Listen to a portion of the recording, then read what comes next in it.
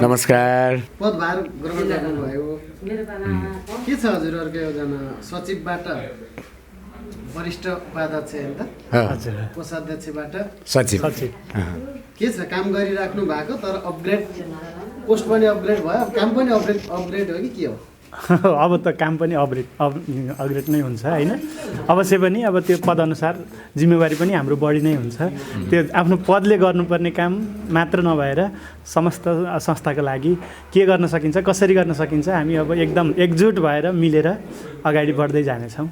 ठ्याक्कै एकै नम्बरमा दुवैजनाले चाहिँ अघिल्लो कार्यकालमा यो काम गर्न मन लागेको तर केही बाधा भएर गर्न सकिएन अथवा समय भइएन अथवा यसलाई चाहिँ गर्छु अहिले पनि धन्न पोस्टबाट उम्केर बाहिर निस्किन परेन, धन्न म यहाँ आइसकेँ फेरि गर्छु ल भन्ने के छ एकै।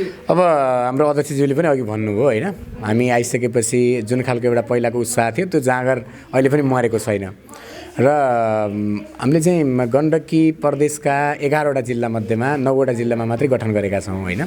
अब चाहिँ मनाङ र मुस्ताङको हाम्रो पहिलो चाहिँ टार्गेट चाहिँ अध्यक्षले भने बमोजिमले हाम्रो त्यो पहिला पनि चाहना थियो। अब त्यहाँनिर टिम नमिल्ने अब कलाकारहरू चाहिँ कता कता तितर बितर हुनुहुन्छ होइन। मनाङ र मुस्ताङ भनेको अलिकति विकट क्षेत्रहरू पनि परे, त्यो कारणले गर्दाखेरि अलिकति सहज भएको थिएन।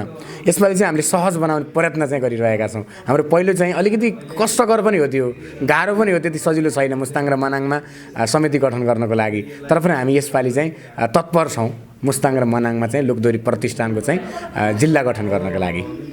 हाम्रो पहिलो चाहिँ हाम्रो त्यही हो। अब हामी जे बोल्छौँ संस्थागत रूपमै बोल्छौँ होइन। अध्यक्षज्यूले पनि बोल्नुभयो, सचिवज्यूले पनि बोल्नुभयो। मैले अध्यक्षज्यूलाई सोधेको क्वेसन यहाँहरूलाई राखेँ। हजुर, संस्थामा आफू पदाधिकारी रहन्जेल र आफ्नो जिल्लालाई र हाम्रालाई राम्रा मान्ने प्रचलन भयो भन्ने कुरा धेरै आयो जिल्लाहरूमा होइन। हजुर, म गोर्खा जिल्ला भएको कारणले गोर्खाको भन्न खोजेँ होइन कि तनहुँ लमजुङ म राजधानीमा बस्नेका भएको कारणले सबै कुरा सुनिन्छ नि त।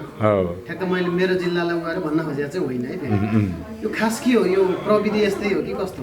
अब यस्तो छ, तपाईँको चाहिँ कतिपय ठाउँमा कतिपय व्यक्तिहरूले अर्थात् कतिपय ठाउँका अध्यक्षहरूले त्यो खालको व्यवहार पनि गर्नुभएको होला, नगर्ने भन्ने कुरा छैन। तर अहिले गण्डकीको हिसाबले हेर्ने हो भने जस्तो सचिव उहाँले चाहिँ पहिला सचिव हुनुहुन्थ्यो नि त, योभन्दा अघिल्लो कार्यकालका कुरा पनि होला नि यहाँ होइन। अब उहाँलाई जिल्लाले पठाएका त्यो हुन्छ नि जुन किसिमको चाहिँ कामको चाहिँ प्रतिवेदन त्यसमा केही कमी थिए कि अब अलिकति केन्द्र झकझकाउने खालका कामहरू जिल्लाले गरेनन् कि सबैलाई म राम्रो छु भन्ने त लाग्छ स्वाभाविक रूपमा। तर हामीले यहाँ चाहिँ एनालाइसिस गरिरहेछौँ हरेक जिल्लाले कुनले राम्रो काम गरेछ, कुनले के गरेछ भन्ने विषयमा एनालाइसिसै नगरिकन कसैलाई पनि हामीले तलमाथि त पारेका छैनौँ। हामी सबैले उहाँले मात्रै हेर्ने होइन, अध्यक्षले मात्रै हेर्ने होइन, फुल कार्य समितिमा यो छ है जिल्लाहरूको काम भनेर त्यत्रो चाहिँ गरेका हुन्छौँ। ल यसको राम्रो रहेछ भनेर कार्य समितिबाट ताली बजाएर पारित हुन्छ क्या सबै कुराहरू। अहिले भन्ने बेलामा हल्ला बजारमा जे आए पनि ती अलिकति आधारहीन कुरा हुन् भन्ने जस्तो लाग्छ मलाई। गण्डकीको हदमा अन्त चाहिँ के छ कसो छ मलाई थाहा भएन। र गण्डकीको हदमा हामीले योभन्दा अघिल्लो कार्यकाल र त्योभन्दा अघिल्लो कार्यकालमा पनि हाम्रो वरिष्ठ उपाध्यक्षज्यू र म सँगै छौँ होइन। त्यो कारणले त्यस्तो खालको विभेद भएको छ जस्तो चाहिँ मलाई लाग्दैन। त्यही हो सचिवजीले भन्नुभयो, त्यो एउटा व्यक्तिले कुनै पनि जिल्लाको एउटा व्यक्तिले गर्ने, पर्वतकोले गर्ने, स्याङ्जाकोले गर्ने कुरा होइन। सम्पूर्ण कार्य समिति हो, कार्य समितिमा सबै जिल्लाको साथीहरू हुनुहुन्छ होइन। अब त्यहाँ अब हामीले मात्रै नभएर सबैले देखिराख्नु भएको छ कसले कति काम गरेको छ। अहिले त फेसबुक अथवा हामी सामाजिक सञ्जाल मार्फत पनि कुन जिल्लाले कति काम गरिरहेको छ, कति अपडेट गरिरहेको छ त्यो हामीले देखिरहेकै हुन्छौँ। हुन त अब सबै जिल्ला अध्यक्षलाई मैले राम्रो गरेको छु, हामीले राम्रो गरेका थियौँ, हामीले किन पाइएन भन्ने पनि लागेको होला। तर समष्टिगत रूपमा कसको राम्रो छ भनेर सबैका कामहरू हेर्दै पनि जसको उत्कृष्ट कामहरू लाग्छ त्यसैलाई हामीले अब अर्को कुरा पनि थोरै जोडेँ मैले। जस्तो कतिपय जिल्लाहरू प्रदेश नभए पनि हुन्छ, अर्थात् प्रदेशलाई किचतिर हिँड्दै पनि हुन्छ भन्ने टाइपको पनि व्यवहार गरिरहनु भएको छ। म तपाईँलाई थोरै हिन्ट्स के दिन्छु भने हामीले अहिले एउटा चाहिँ गण्डकी प्रदेशलाई नेतृत्व बनाएर साधारण सदस्य जुन कटाइएको थियो नि पहिला प्रदेशमा पठाउने र प्रदेशले चाहिँ केन्द्रमा पठाउने भन्ने प्रकारको चाहिँ सहमति भएको थियो। अब हाम्रो कतिपय जिल्लाका साथीहरूले चाहिँ डाइरेक्ट केन्द्रमै अनि प्रदेशमा पठाउनु भएको थियो। त्यो गर्दा पनि अब हामीले चाहिँ मूल्याङ्कन गर्ने खालको आधार त रहेन नि त। हामीलाई जिल्लाले सम्झिएर पहिला गण्डकीमा पुग्नुपर्छ, गण्डकीले त्यो पर्सेन्टेज केन्द्रमा पठाउनुपर्छ भन्ने खालका अधिकांश जिल्लाले त्यो गर्नुभयो र केही जिल्लाहरूले चाहिँ डाइरेक्ट चाहिँ केन्द्रमै प्रदेशमा पठाउनु भयो। कतिपय कार्यक्रम गरेको प्रदेशमा जानकारी पनि गराउनुहुन्न। एउटा कुरा परामर्श गर्न मिल्दैन र हामीले यस्तो कार्यक्रम गर्दैछौँ है, अध्यक्षज्यू लगायतको टिम आउनुहोस् निम्तो गर्ने, ती कुराहरू भएका छैनन् क्या। अहिले जति विरोध आए पनि ती काम आफूले चाहिँ कार्यान्वयन नगर्ने, आफूले गण्डकीलाई मूल्याङ्कन नगर्ने, अनि पछि चाहिँ हामी सम्मानित भइएन, हामीलाई गण्डकीले माया गरेन भन्नु चाहिँ अलिकति बेकार हो कि भन्ने चाहिँ लाग्छ दिनेशजी। जस्तो जिल्लाको यस्तो उस्तो भनेर कसैले तपाईँहरूलाई उचाल्दै गर्दाखेरि तपाईँहरूले चाहिँ त्यहाँको आधिकारिक यो हो कि होइन, काम गरेको हो कि होइन, नगरेको भएर अरूले केही भनेको त्यो चाहिँ खासै स्पष्टीकरण अथवा सोधपुछ नगरिकन होला अरेको भरमा चाहिँ प्रदेशले काम गर्यो अरे भन्ने पनि थियो अघि। त्यो त हामी अब एउटा चाहिँ विशेष पदमा छौँ नि त, मैले कोस हेरिरहेको छु, कोसको बारेमा मलाई थाहा छ, अरूलाई भन्नेहरूलाई भन्दा त हामीलाई थाहा छ नि त। अब उहाँले चाहिँ साङ्गठनिक प्रतिवेदन उहाँले हेर्नुहुन्छ, कामको विषयमा उहाँ जानकार हुनुहुन्छ, उहाँले थाहा होला नि त। अनि अरूले उचाल्यो भनेर हामी उचालिनु त भएन, किनभने हामीलाई फेरि संस्थामा अब उहाँ वरिष्ठ हुनुहुन्छ, अब अध्यक्षको लाइनमा पुग्नुभयो, अब म सचिव होइन, म पनि बिस्तारै बिस्तारै लाइनमा छु। हामीलाई त चाहिन्छन् होला सबै जिल्लाहरू, त्यसैले सबै जिल्लाले गरेका कामलाई चाहिँ निष्पक्ष ढङ्गले उतारेर अलि बढी को छ त नि भनेर अगाडि बढाउने हो। हामीले त पहल मात्रै गर्ने हो, अझ चाहिँ अध्यक्षज्यूले निर्णय गर्ने हो। त्यो कारणले गर्दा हामीमा चाहिँ त्यस्तो छैन।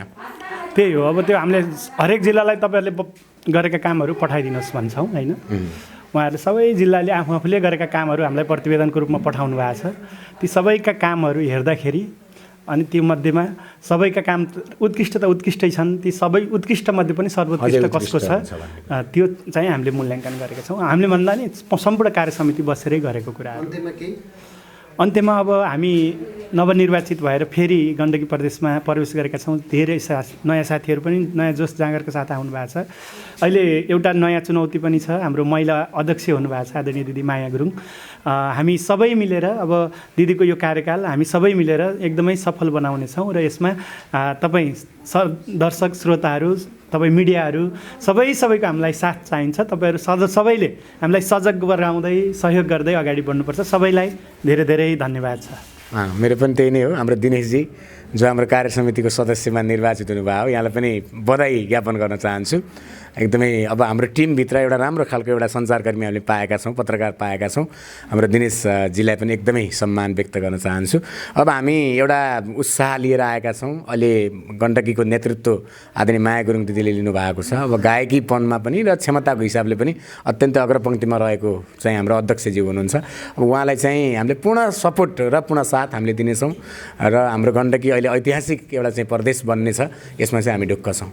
सबैलाई धेरै धेरै धन्यवाद र विशेष गरी दिनेशजीलाई अझै धेरै धन्यवाद। Thank you.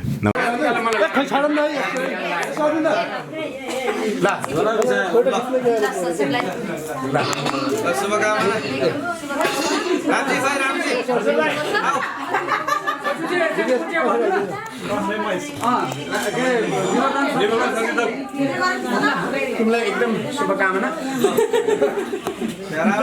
राम्रोसित शुभकामना देऊ फेरि।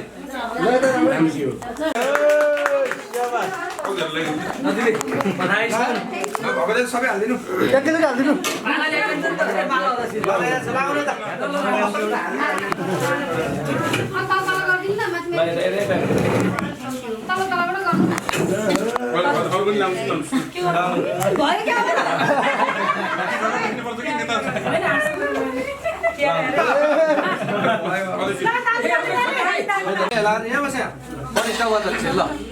अध्यक्ष उता भन्नु 3 जना ड्याङ्गा महिला सचिवको एउटा बनाइदिया हुन्छ रोहित छ महिला सचिवको एउटा है अगर महिला सचिवलाई न त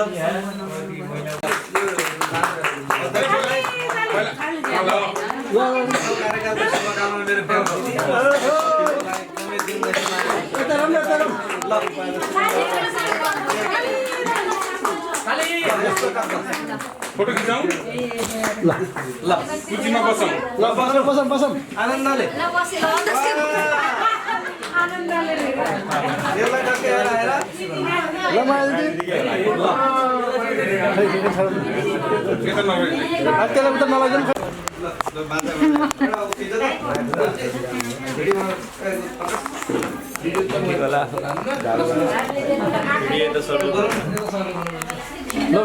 फोन ल्याउ न त